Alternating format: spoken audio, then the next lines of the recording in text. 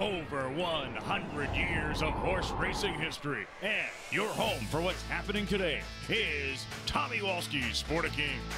Today we have a very special program for you. This is our 300th show in the history of the Sport of Kings. Tommy's going to review some of his favorite shows in the 16 years of hossing around. The Sport of Kings is the longest continuous running television show dedicated to covering horse racing. And now here he is, BC's ambassador to the world of horse racing, Mr. Tommy Walski. In 1998, we won the first of our 2 sovereign awards with a feature on how to become a jockey. At that time, we went to the barn of Frank Barabee, a former rider. We asked Frank, would he be kind enough to guide us through the process? If they want to work, if they really want to work, I sure don't mind helping them. They're just a couple of young people that Jeff really, he wants to become a race rider or that, an apprentice, you know. And the same with like Roxanne, she came to me and wanted to be, you know, a good Galp girl. But now, I know in the back of her mind, she's never really said to me, but she wouldn't mind riding too, you know. In 5 years, if things go right, I see myself here at Hastings Park, hopefully as leading rider. And it's dreams. It really is. And they want to see these dreams come true. So we're sure gonna see if it can happen. If things go right, I see myself right here. Hopefully in the top 3 percentile jockeys. Making a name for myself. Just if things go right, sky's the limit. It's like a young horse or anything else. I just kind of go by how they're coming. You don't want to, you know, you can't set no deadlines. Like Jeff, he said to me, well, I've only got so long to do this or that. I said, not. If you're with me, you don't, because I'll decide when you're ready, you know. When you're that young, like, holy God, a little while seems like eternity. But once you get like our age, Tom, then you realize how short a time that was. The other day I yelled at Jeff about something. He said, you're always yelling at me. Patty says, get used to it. He'll be yelling at you for 10 years.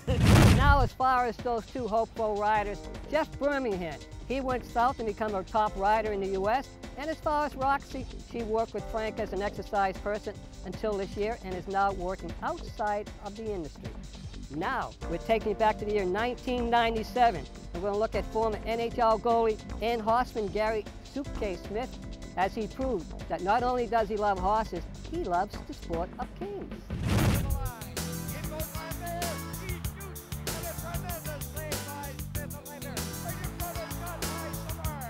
They say that to be a goaltender, it's 75% mental, and you got to be 25% mental to play it. The trainer has pretty well like the coach, and he gets them. He puts it into their mindset of what he wants of them. And horses are usually very smart. They don't have hangovers like a lot of the hockey players do, and they show up for work every day, not like some of these athletes that pick and choose when they're going to show up. And the coach gets it all together, and basically they have the mindset of a professional athlete. If you get as close as you possibly can, and then it's just the competition is there, and it's something that I guess maybe when you get older you don't have that competition anymore because you grew up with it when you're playing, but you can't play anymore, so you need the competition, and then to have the horses, that's as close as you can get to it. These horses you just almost figure like are part of your family, so if I was ever fortunate enough to have a son or a daughter, you know, play sports, I go watch my daughter play baseball, and it's the same feeling out of you know, the races and to watch your kids play and do well. There's a finality of it at the winning when they at the race when they cross that finish line, and I don't mind letting out the odd holler if one of the horses that I'm backing and that I'm hoping for has won the race, and I'm happy for them, and also I probably have a few bucks in my pocket over it. In 2002, we had to visit the set of the popular television show, Da Vinci's Inquest. It was there that we learned, hey, this cast and crew, they love horses, but they also love Hastings Race Course. One, two. There's that one. Come six is done it all. I've never found a game as good as this. It's an awesome horse racing game. But once I find once I've owned them, the whole betting thing becomes kind of meaningless. I can't even concentrate on it. This game's way better. I mean, a $3,200 claimer can bring tears to my eyes. Good luck with an Oscar or something. I wouldn't give a shit. Working on the racetrack is the best thing you can do for a rider because it learns you how to, teaches you how to initially work for no money and put all your hopes on one day that the right horse is going to come in. Da Vinci's Inquest has been the horse, so for me, it's the big horse has sort of come in. I'm very happy with it, and I'm working here. It's a great job. It's the same amount of work whether you're prepping a horse, win or lose, as it is prepping a good script or a bad script or anything like that. It's the same kind of thing, yeah. Most people, you know, realistically, they're not here because they're thinking they're going to get wealthy from it. It's just a glory, it's an attraction, it's the constant challenge, and I think show business is that way too. Some people aren't suited to it because they can't take the, you know, being out of work all the time. They can't take, you know, having to reapply for jobs and be constantly on that border. But you get used to it. So when you have a relationship with disappointment, I think you learn how to shoulder. You know, like if you're on a favorite, and it you know, and you blow up on it, and it doesn't run his race, and everybody's on you. You know, you got to figure a way to shrug it off to get on the next horse. Yeah. So, I mean, I don't know if there's any athlete that I respect more than the jockeys. Yeah, I mean, they're kind of like boxers. Yeah, exactly. The like fitness and, you know, the strategies and the professionalism and all that. It's like old world, you know. I mean, jockeys are still Mr. So-and-so and Mr. So-and-so. 16 years, wow. Congratulations, Sport of Kings. Here's to 16 more. Don't go away. The Sport of Kings will be right back.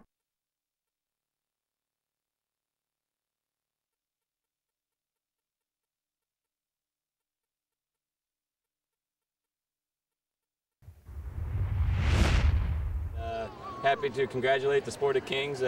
16 years of excellence covering racing, so it's outstanding. It was in 2004 when we met horse owner Greg Pyck. Greg was not only a wonderful advocate for the sport, but he also was an advocate, a strong advocate for the disabled. Greg was so full of life that we said to ourselves, you know what, we have to take our cameras and we have to film this fellow. I've been involved in disability issues for almost 30 years. I was in a car accident in the 70s. I flew 80 feet out of a convertible in an accident in Turkey Point, Ontario, a little community by Lake Erie. And I broke my back, and I'm a T4-5 paraplegic. Even pre-injury, I rode horses. Post-injury, I went to the track a lot. I started researching it quite extensively, and I thought, yeah, this is something I've always wanted to get into for a long time. And I enjoy the track. He's very able, especially considering he's in a wheelchair. He's a very upbeat, positive person and handles himself very well. Yeah, he's a real inspiration. That's an excitement, and it's not for the faint of heart. You don't want to just whistle in and buy a horse, but you want to you want to take your time. But you're meeting a group of people, a very intriguing group of people, who are very respectful of each other, and very mindful of each other, very mindful of what each other's needs are, and it's a fascinating community. And it's a community from standing back that people sometimes view with suspicion or a wary eye. But it's not like that at all. It's a very friendly, open community. Everybody always says hi. Everybody always asks if you need a hand. It's a very open and caring community. And it is a community within a community. And they interact, and it makes the system work, which when you think about it is phenomenal. And that's what makes the horses make horse racing, but the people end up making the horses. And so you've got these two things converging, and they're both phenomenal. So my last word is you get the excitement of the people, and you get the excitement of the horses, and then you add in the excitement of the gamblers and the people at the track, and you can't beat it. There's buying a hockey team.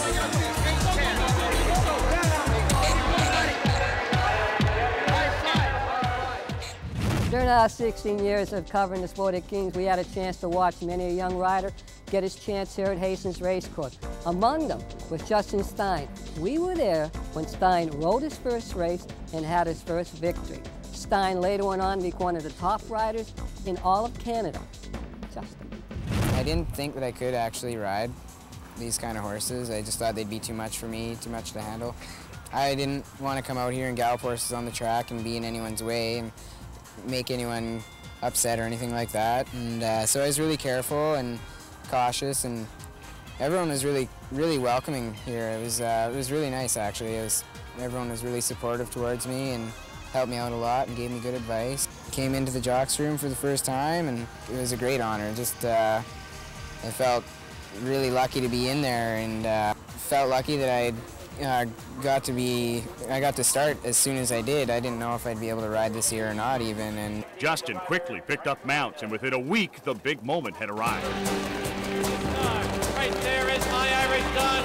Here's Maine stating in the center of the track. Caprias and Reyes. My Irish Gun.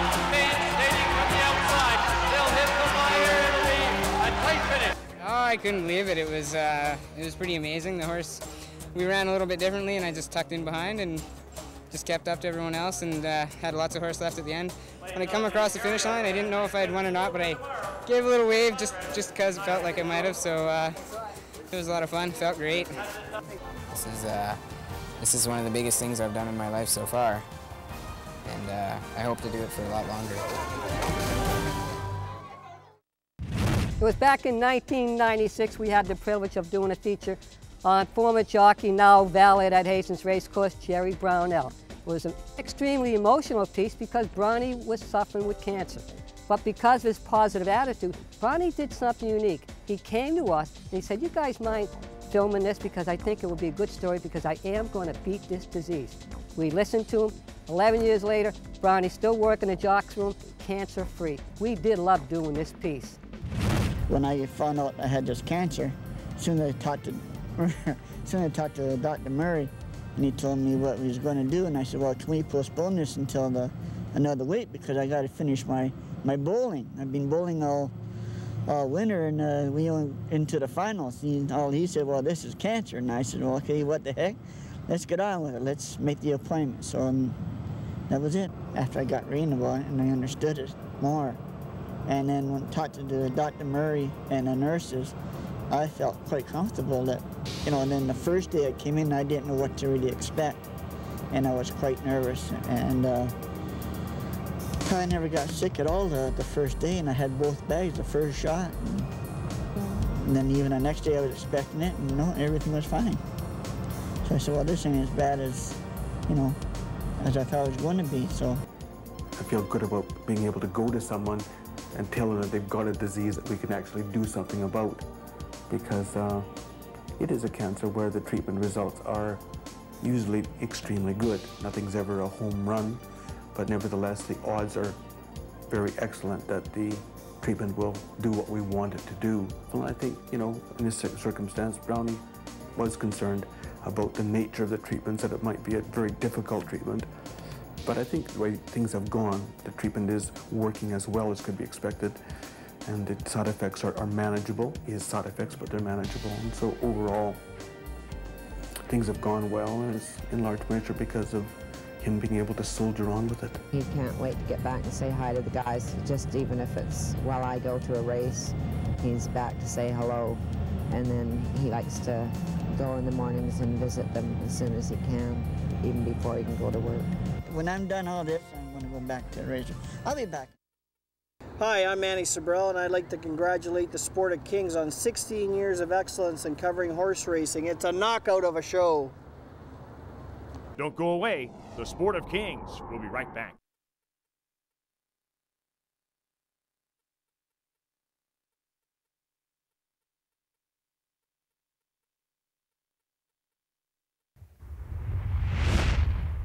Tom, I'd like to congratulate the Sport of Kings on 16 years of covering horse racing.